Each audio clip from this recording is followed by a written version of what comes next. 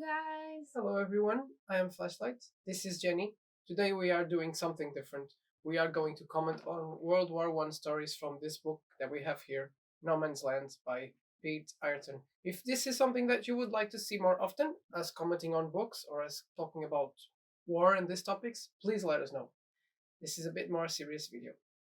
And we are going to start. I'm going to read some excerpts and we are going to comment on them. So today's topic is medicine in World War One. Yeah, we decided on this topic because of all of this pandemic that is going on. We know that doctors, nurses, and every medical staff that is curing and treating everyone is very essential. And during these times, people will die from the most stupid things because in the trenches it's just so very easy to catch any disease. So we're just gonna take a look at the things that you could get in trenches. Yes. So the first excerpt we're going to read is I Thank You Sister from a book called Testament of Youth. These stories, most of them are true stories. Some others are fiction, but they are all from this era, World War One, from writers from this era. They obviously are based in true events, but they are all dead right now. They just make up stories. Yeah. About stuff that didn't really happen, but. So this one is a real story, and it's from a feminist and a pacifist, Vera Brittain. She died in 1970. Vera Brittain, she was working in a hospital, and she was working on the German ward. Even though she was an ally, she was working in the prisoners' ward. So this one is a bit tough. They all are. So, we are going to start. Although we still, I believe, congratulate ourselves on our impartial care of our prisoners, the marquees were often damp, and the ward was understaffed whenever there happened to be a push, which seemed to be always, and the number of badly wounded and captured Germans became in consequence excessive. One of the things I like best to remember about the war is the nonchalance with which the sisters and VADs in the German ward took for granted that it was they who must be overworked, rather than the prisoners neglected. At the time that I went there, the ward staff had passed a self-denying ordinance with regard to half days and only took an hour or two off when the work temporarily slackened. At least a third of the men were dying. Their daily dressings were not a mere matter of changing huge wads of stained gauze and wool, but of stopping hemorrhages, replacing intestines, and draining and reinserting innumerable rubber tubes. Attached to the ward was a small theater in which acute operations were performed all day by a medical officer. He could speak German, and before the war had been in charge, I was told, of a German hospital. And now I will just skip ahead to another part here. There it is. Another badly wounded boy, a Prussian lieutenant who was transferred to England, held out an emaciated hand to me as he lay on the stretcher waiting to go, so waiting to die, and murmured, "I thank you, sister." After barely a second's hesitation, I took the pale fingers in mine, thinking how ridiculous it was that I should be holding this man's hand in friendship when perhaps only a week or two earlier, Edward, up at Ypres was a battle in Belgium, has been doing his best to kill him. The world was mad, and we were all victims. That was the only way to look at it. These shattered, dying boys and I were paying alike for a situation that none of us desired or done anything to bring about. And that's the excerpt I took from this. So now we are going to comment. Was there something you wanted to talk about? Well, I just see it as the way that we just divide people. As soon as there is a conflict, there is always going to be us and them. Mm-hmm.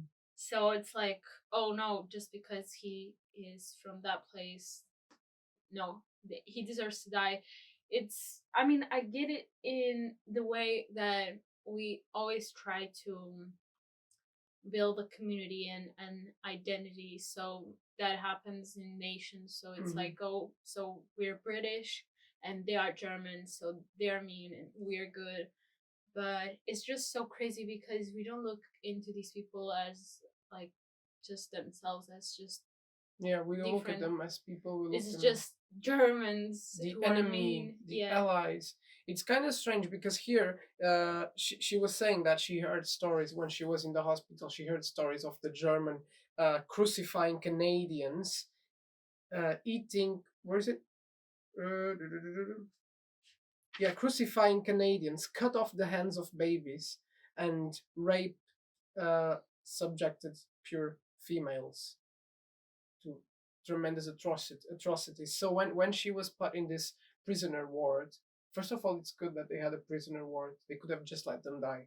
So that's a good thing. That's a humane thing to do. But all these stories that she heard, she Yeah, didn't believe but most of just them. before then, they were just trying to kill him the best way that they Yeah, could. And yeah. then you're treating these people just moments after.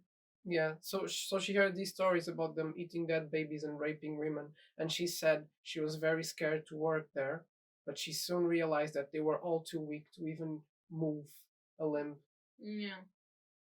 so It's, I think they wouldn't rape her. But they just alienate these people into thinking that uh I mean, just these stories, it was the same during Cold War, and just the communists, like they eat babies and stuff like that, that you would hear, because you're just trying to make people hate each other. they're trying to make them look inhumane, so you have a reason Yeah, so it to would just violence. be easier for you to tell yourself that you're doing the right thing. You're actually not. And I Yeah, think, in a way, they always been doing this. They keep on doing this hmm, because there are just so many ads in the UK for you to join the army, and they just, it will tell you like, yeah, you're doing the right thing, you're defending join your country, but defending from what? UK is not being attacked. exactly. You are the one who is going to attack innocent people, or just going to support the United States into one of their oil wars Yeah, that they create. yeah, that's true. So you're not fighting for your country, you're just building more conflict.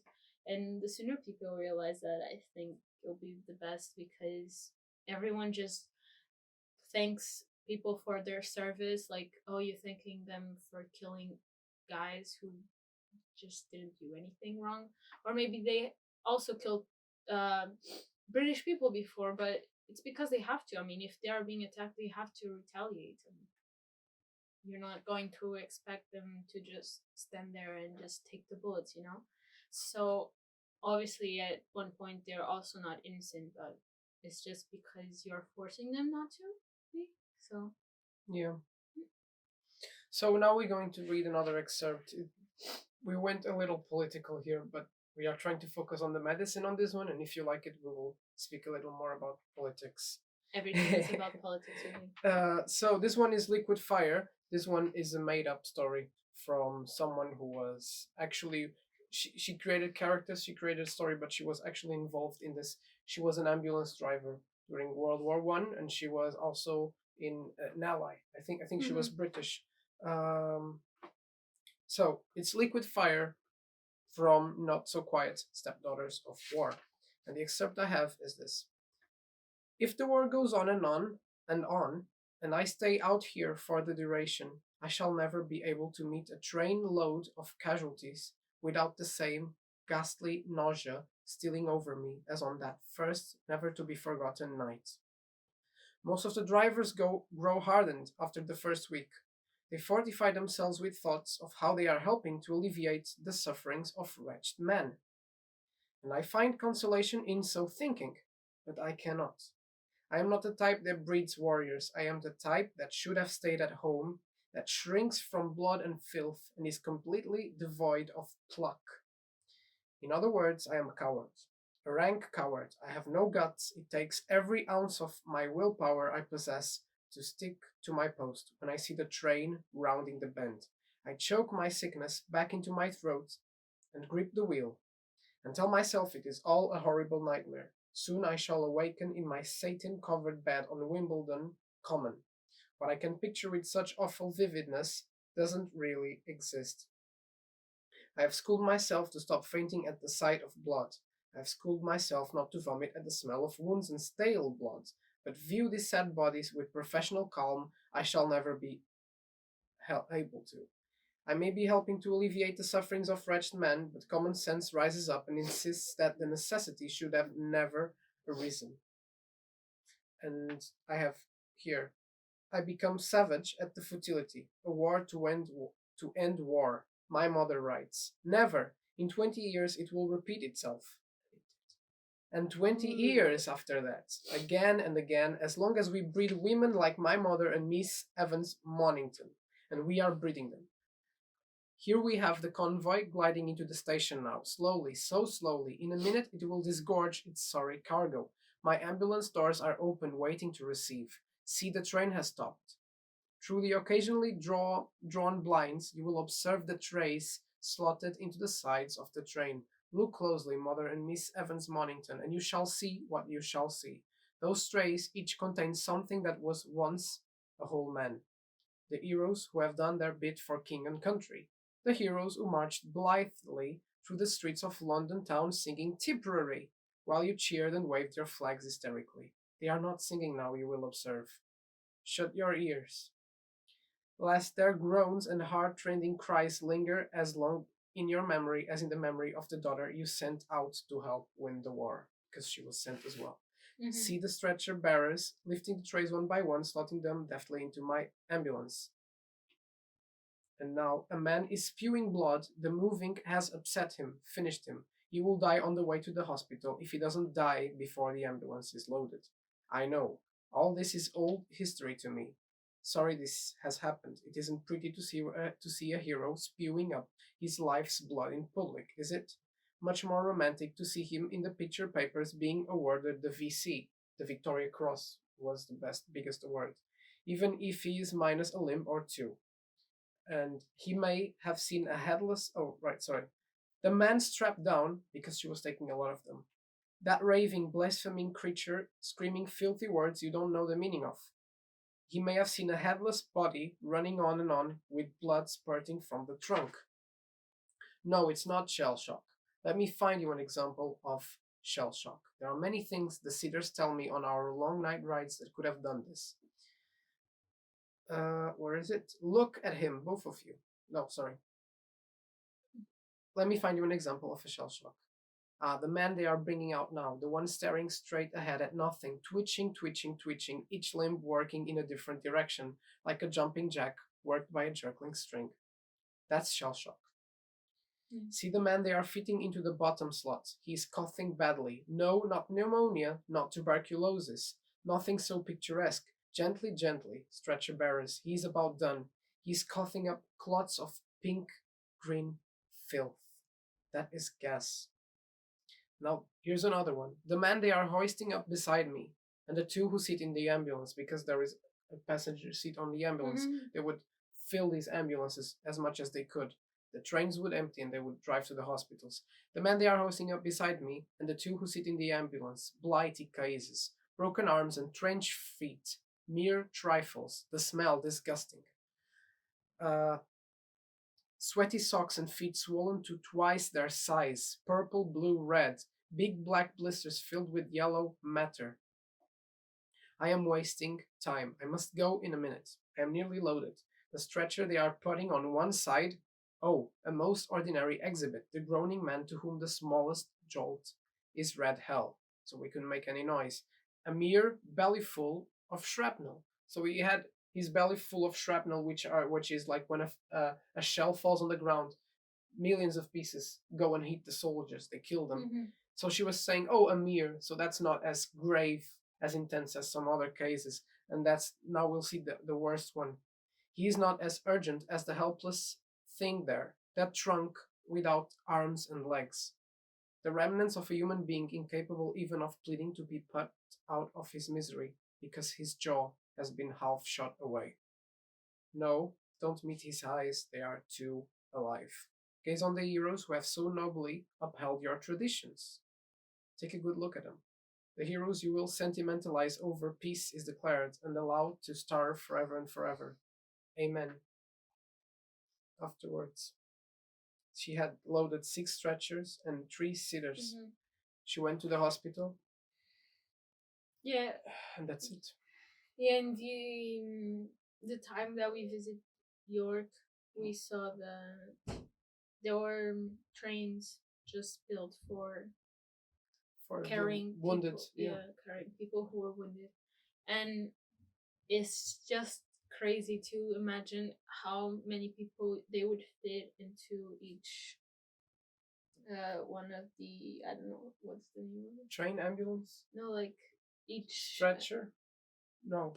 No, there was only one per stretcher. on the carriage. the train, yeah, the carriage. Yeah, in each carriage. Yeah, they would fit so many people, and some of them would just die on their way back to here Yeah. because they couldn't survive some of the wounds that they had, and also they would be treated and then sent back. Yeah. So I think this is one of the most intense stories I've read. In fact, the author, she ended up killing herself before World War II. She shot herself or something in London.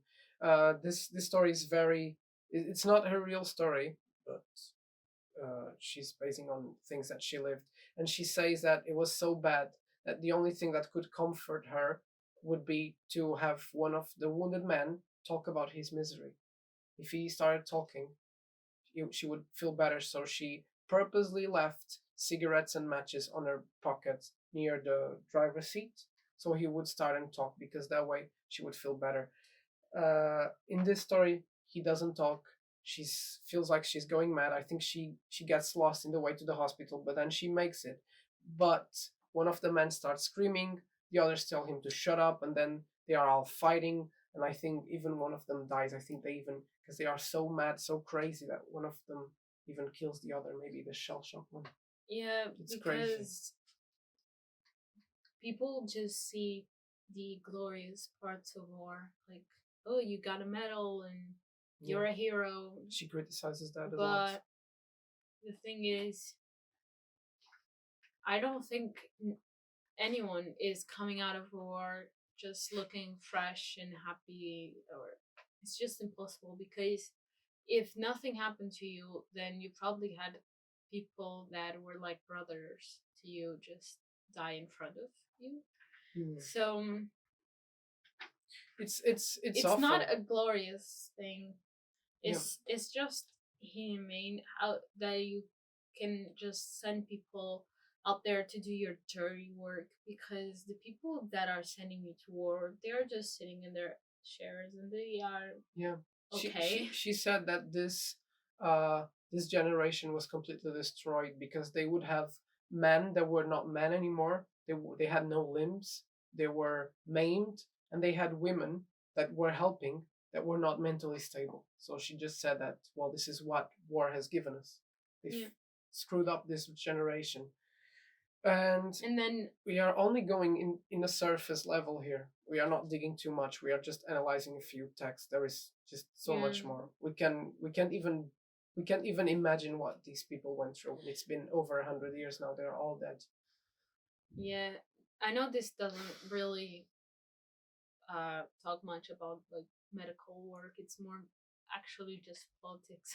Yeah. But it's just so you can see what these people had to deal with. And so in a way it all makes kind of sense, because it always happens that you have to blame someone for something that is happening, and then that's how you get into these conflicts. Mm-hmm. I mean, it's happening right now. It's just not but it's like important. this, because there's never going to be a war like this. they're just gonna drop bombs on top of you and you don't even know it, and Well, you're dead. we hope there's no more war. That's why we must give importance to these things. So we don't. Hi, so Okay, battery guys. ran out. Yeah, so this is it. If you liked it, please let us know so we can make some more videos about this book. If you would like to, Yeah, hear us we talking were about afraid others. of making a longer video and just people not watching it, obviously. Yep. So this first video is just to try out the field. If we have people viewing, then we'll continue on to Yeah. making more. But we just want people to just, I mean, everybody knows war is bad, but I think I've seen so many people just telling on the internet like how great it is, like how our heroes and everything, especially like here in the UK and in America. I think that people are just brainwashed into thinking that going to Yeah. war is like the greatest thing you could do because you're fighting for your country or whatever. But you just should read a book like this. Just maybe show them the cover. Yeah, No Man's Land. In reality, even if you think those things, it's good to be informed, right? So if you like this video, if it informed you, great. Please like, share, Yeah. subscribe, comment on it. Yeah. And that's it, I think. Yeah. So we hope you enjoyed, and if you just liked it, please let us know so we can continue on to making more of these. Yep. So we'll see you In the next in one. the next one. Bye.